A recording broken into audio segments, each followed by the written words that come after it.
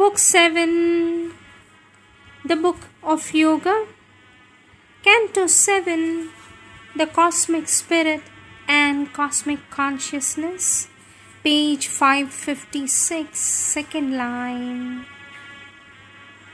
All contraries were true in one huge spirit, surpassing measure, change, and circumstance. An individual, one with cosmic self, in the heart of the transcendence miracle, and the secret of world personality, was the Creator and the Lord of all. Mind was a single innumerable look upon himself and all that he became. Life was his drama, and the vast a stage. The universe was his body, God its soul. All was one single immense reality, all its innumerable phenomenon. Her spirit saw the world as living God. It saw the One and knew that all was He. She knew Him as the absolute self-space, one with herself and ground of all things here, in which the world wanders seeking for the truth, guarded behind its face of ignorance. She followed him through the march of endless time. All nature's happenings were events in her. The heartbeats of the cosmos were her own. All beings thought and felt and moved in her. She inhabited the vastness of the world. Its distances were her nature's boundaries, its closenesses, her own life's intimacies.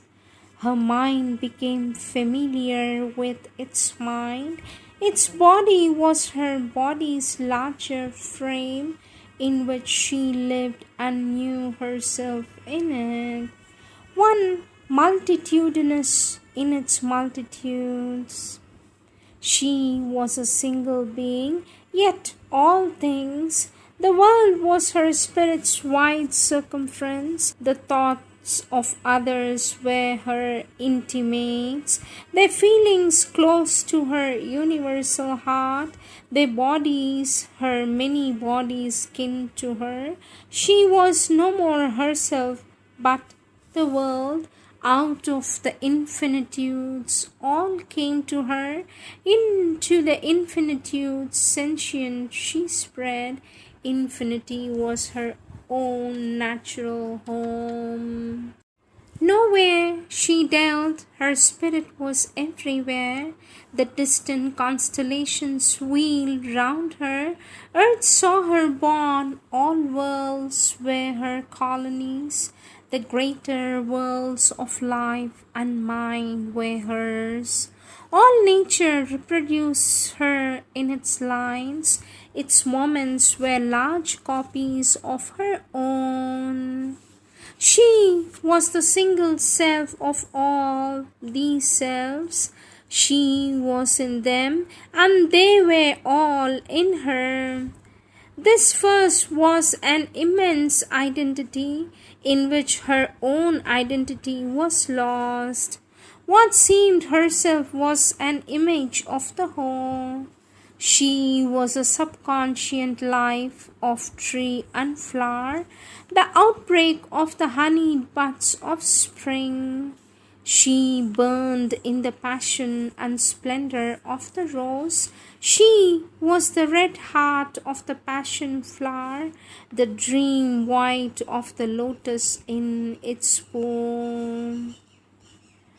Out of the subconscient life she climbed to mind. She was thought and the passion of the world's heart.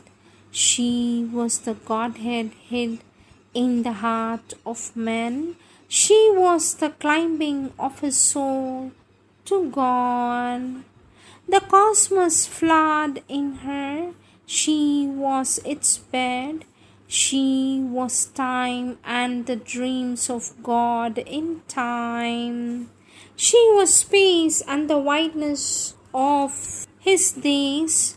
From this she rose where time and space were not. The superconscient was her native air. Infinity was her moment's natural space. Eternity looked out from her on time. End of Canto 7.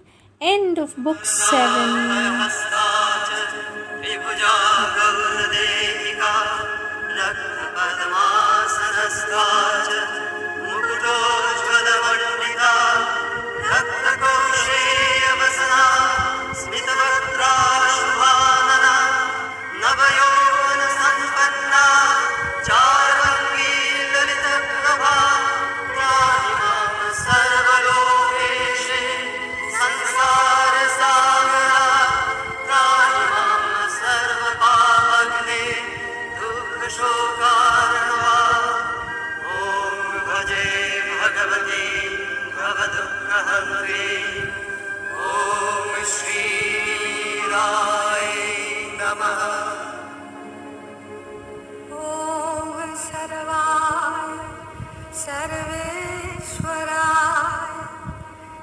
सर्वपतये सर्वशङ्कराय